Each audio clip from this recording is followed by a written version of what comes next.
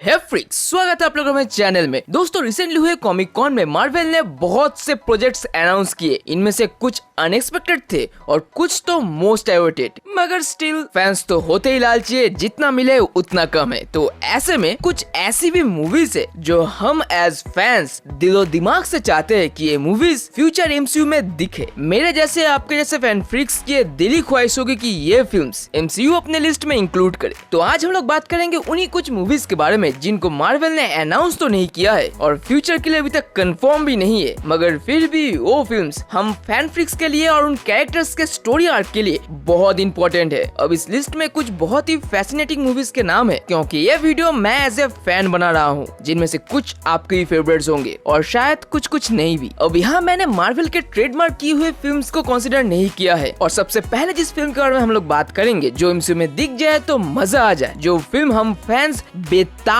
है देखने के लिए, वो है एक्समैन। अब देखो यार, फॉक्स स्टूडियो के अंडर में देखी गई एक्समैन की यूनिवर्स की टाइमलाइन बहुत कंफ्यूजिंग है, जिस टाइमलाइन की फॉक्स ने खुद वाट लगा रखी है। लिटरली टाइमलाइन की माँ बहन ऐसे एक की है कि मूवीज देखने के पहले क्रोनोलॉजी ऑर्डर ढूंढने में 1 हफ्ता निकल जाएगा। वैसे सुपर की वीडियो देख लोगे तो 10 मिनट में समझ जाओगे, वो अलग बात है, मगर फिर भी इस यूनिवर्स में बहुत गड़बड़ी है। और अगर इस एक्समैन यूनिवर्स को एमसीयू में एक सॉफ्ट रिबूट के साथ अच्छे से एग्जीक्यूट किया जाएगा ना, और एक बेहतरीन फिल्म या फ्रेंचाइजी दी जाएगी ना, मजा आ जाएगा। सबसे अच्छा होगा एक नई स्टोरी के साथ एक्समैन की टीम को अच्छे से इंट्रोड्यूस किया जाए, ताकि कॉमिक्स की तरह ही एमसीयू में भी मेजर इवेंट्स जैसे incursion, house of M, Avengers versus X Men, Axis, ये सारे मूवीज और सागास देखने को मिले। और इस आइडिया में जान डालेगी वुल्वरीन की कोई स्पेसिफिक मूवी। और वांडाविजन में क्विकसिल्वर का मजाक बनाने के बाद दोबारा क्विकसिल्वर को पावर देना एक बचकाना सा होगा, मगर क्योंकि मल्टीवर्स खुल गया है तो अब कुछ भी हो सकता है। और खास करके इनकर्सन होने की वजह से हमें ह्यूग जैकमैन जैसे कैरेक्टर्स की भी कुछ कैमियोस मिल सकते हैं। हालांकि वो एमसीयू के एक्समैन के परमानेंट वुल्वरीन तो नहीं होंगे, क्योंकि उनकी उम्र बढ़ रही है, मगर उनकी एक कैमियो देने के बाद एक नए वुल्वरीन को कास्ट किया जा सकता है, जो एक्समैन मूवी की फ्रेंचाइजी म्यूटेंट्स एमसीयू में एक अलग ही मसाला ऐड करेगी। और जब बात उठी है इनकर्सन की, तो एक ऐसी मूवी जो हमने मल्टीवर्स ऑफ मैडनेस के बाद एक्सपेक्ट किया था लेकिन अनाउंस नहीं हुआ, वो है इनकर्सन। जी हाँ, इसके ऊपर एक पूरी 3-3.5 घंटे की मूवी बनाई जा सकती है, जो सीक्रेट वॉर्स के जस्ट पहले रिलीज हो सकती है। और अगर ये मूवी निकली और कॉमिक की तरह सही से एग्जीक्यूट किया गया तो भाई फैंस के बल्ले बल्ले है, क्योंकि इनकर्सन एक ऐसा इवेंट है जिस कारण मल्टीवर्स उलट पुलट हो गया था, और इसी के बाद यही इवेंट हमें ले गई थी सीक्रेट वॉर्स में। और इसलिए इनकर्सन के बिना सीक्रेट वॉर्स काफी अधूरा है। मैंने बहुत ज्यादा एक्सपेक्ट किया था कि इनकर्सन के ऊपर एक पूरी मूवी निकलेगी, मगर अभी तक वो कुछ अनाउंस नहीं हुआ। मगर मैं दिल से चाहता हूँ कि इसके ऊपर एक मूवी बने और उसी के बाद सीक्रेट वॉर्स हो, और पॉसिबिलिटी है कि इसके ऊपर एक मूवी निकले जो फेज 6 में आए, क्योंकि फेज 6 में तो बहुत सारे मूवीज अननोन है और इनकर्सन को सीक्रेट वॉर्स के पहले दिखाना चाहिए। अब अगर in the case multiverse of madness देखने के बाद भी आप लोगों को नहीं पता कि इनकर्सन का मतलब क्या है, तो बता दो कि मल्टीवर्सल ट्रैवल के टाइम कोई भी मल्टीवर्स के लॉज ब्रेक करते हैं और 2 यूनिवर्सेस के अर्थ, जो कि यूनिवर्सेस की सेंटर पॉइंट होती है, वो एक दूसरे से टकराते हैं, जिसमें इन केस कभी कोई एक अर्थ बच जाती है तो कभी दोनों ही खत्म हो जाते हैं, जिसे बोलते हैं इनकर्सन, और हिंदी डबिंग में अतिक्रमण। और सच बताऊं तो इनकर्सन की स्टोरी और भी ज्यादा वायलेंट और बेरहम बन जाती है जब 2 अर्थ के सुपर हीरोज होने के बावजूद भी अपने अपने अर्थ को बचाने के लिए फाइट करते हैं, सामने वाले यूनिवर्स को खत्म करने की कोशिश करते हैं, उनके लोगों को मारना चाहते हैं। और ये एक बहुत ही लाचार मोमेंट होता है जब कोई हीरो होने के बावजूद भी खुद के दुनिया को बचाने के लिए सामने वाले दुनिया को खत्म करने में मजबूर हो जाए। और क्योंकि मल्टीवर्स ऑफ मैडनेस में इनकर्सन स्टार्ट हो गया है, तो एक बढ़िया चांस बनेगा सीक्रेट वॉर्स के पहले अर्थ के सारे एवेंजर्स, सारे सुपर हीरोज को एक साथ लाने का, जैसे एक्समैन, फैंटास्टिक फोर, एवेंजर्स सभी मिलके एक क्रॉसओवर करेंगे, एक बड़ा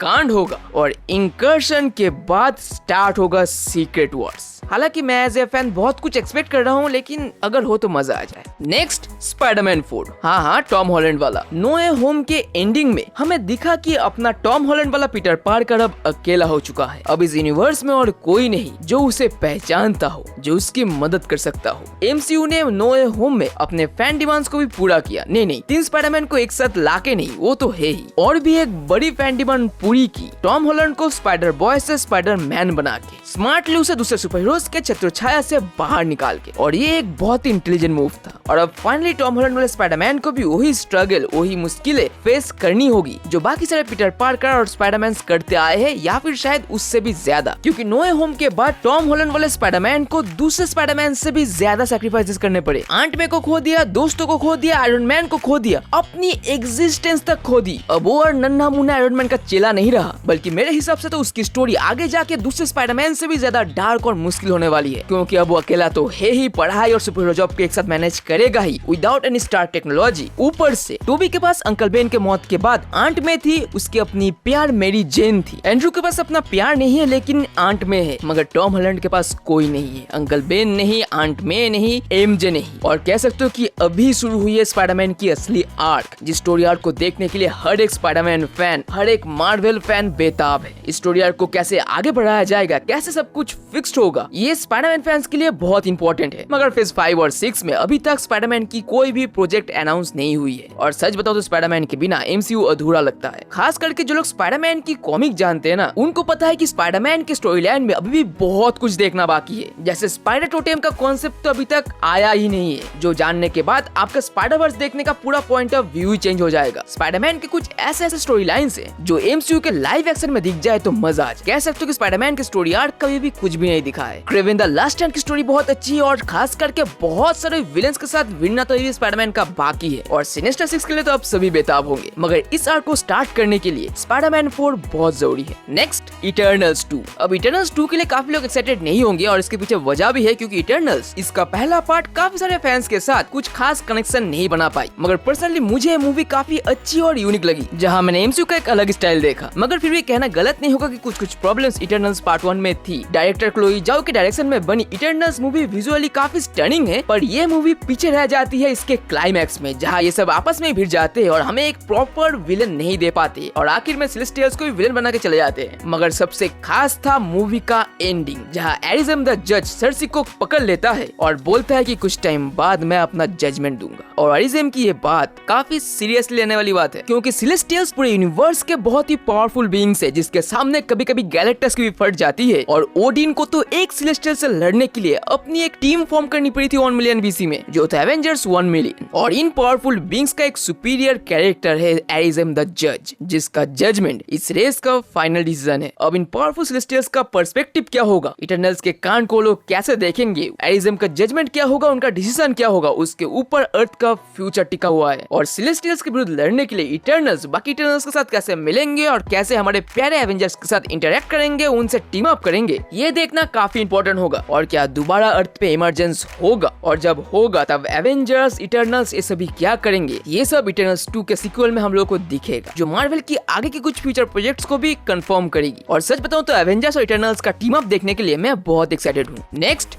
वर्ल्ड वॉर हल्क। अब ये एक ऐसा मूवी है ना जो देखने के लिए मार्वल का हर एक फैन बेताब होगा, क्योंकि अभी तक भाई एमसीयू में हल्क के साथ बहुत नाइंसाफी हुई है। सिर्फ एक ही मूवी थी जहाँ पे हल्क को जस्टिस दी गई थी, वो था एवेंजर्स 2012। मगर इसके बाद से हल्क को बस डाउन ही किया गया। जिसको अब कर सकता है बस एक ही मूवी, वो है वर्ल्ड वॉर हल्क। हल्क को जितनी बुरी तरह से इग्नोर किया गया है ना मार्वल में, ये मुझे बताने की जरूरत नहीं। एवेंजर्स की पहली मूवी में थोड़ी सी उसकी दम दिखाई गई थी, मगर वो कुछ भी नहीं था, जिसको हल्क बस्टर, थॉर, थैनोस सबसे पिटवाया। और उतने में भी अगर मन नहीं भरा तो एमसीयू ने उसे प्रोफेसर हल्क बना दिया, जो सिर्फ नाम से प्रोफेसर हल्क है और काम से लल्लू, जो ट्रेलर में तो शी हल्क से भी हार गया। अब पता नहीं शी हल्क में कैसे हल्क के साथ डील किया जाएगा। मगर 2008 में आई थी इनक्रेडिबल हल्क, और उसके बाद 14 साल बीत चुके हैं, पर हल्क की कोई सोलो मूवी नहीं, जिसका रीजन ऑब्वियसली यूनिवर्सल पिक्चर्स की हल्क राइट को लेके है। मगर फिर भी कॉमिक्स में हल्क ने क्या क्या कांड किए वो आप सोच भी नहीं सकते। Planet Hulk, world war Hulk, cosmic Hulk, starship Hulk, और सबसे एपिक इमॉर्टल हल्क सीरीज, जहां हमें कॉस्मिक इमॉर्टल हल्क भी दिखा। और ऐसे ऐसे दमदार कॉमिक स्टोरी लाइन्स मार्वल में हल्क के अलावा किसी और सोलो कैरेक्टर्स के शायद ही होंगे। इन सारे इवेंट्स में तो हल्क ने बाकी सारे सुपर हीरोज की फाड़ के रख दिया था, ब्लैक बोल्ट को बीट किया था, सेंट्री को बराबर की टक्कर दी थी, और कॉस्मिक इमॉर्टल हल्क में तो यूनिवर्स खतरे में आ गया था। और एमसीयू में तो हल्क के हीलिंग फैक्टर को भी ठीक से नहीं दिखाया गया है। हल्क का हीलिंग फैक्टर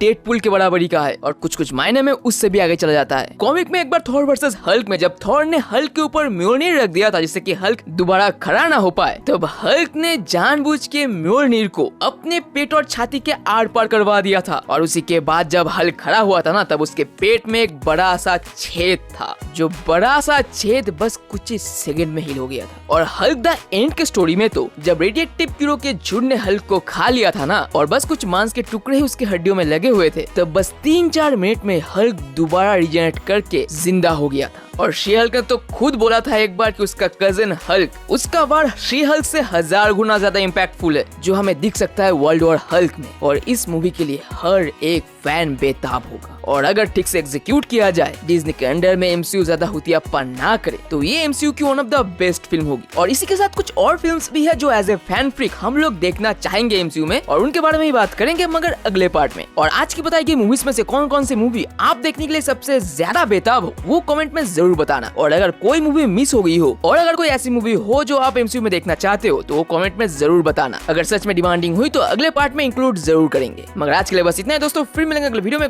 कंटेंट के साथ। और तब तक के लिए स्टे ट्यून्ड, स्टे सेफ, अपना और अपने फैमिली का ख्याल रखना, दूसरों का चिकाऊ है मदद करना, because you are a freaking super hero.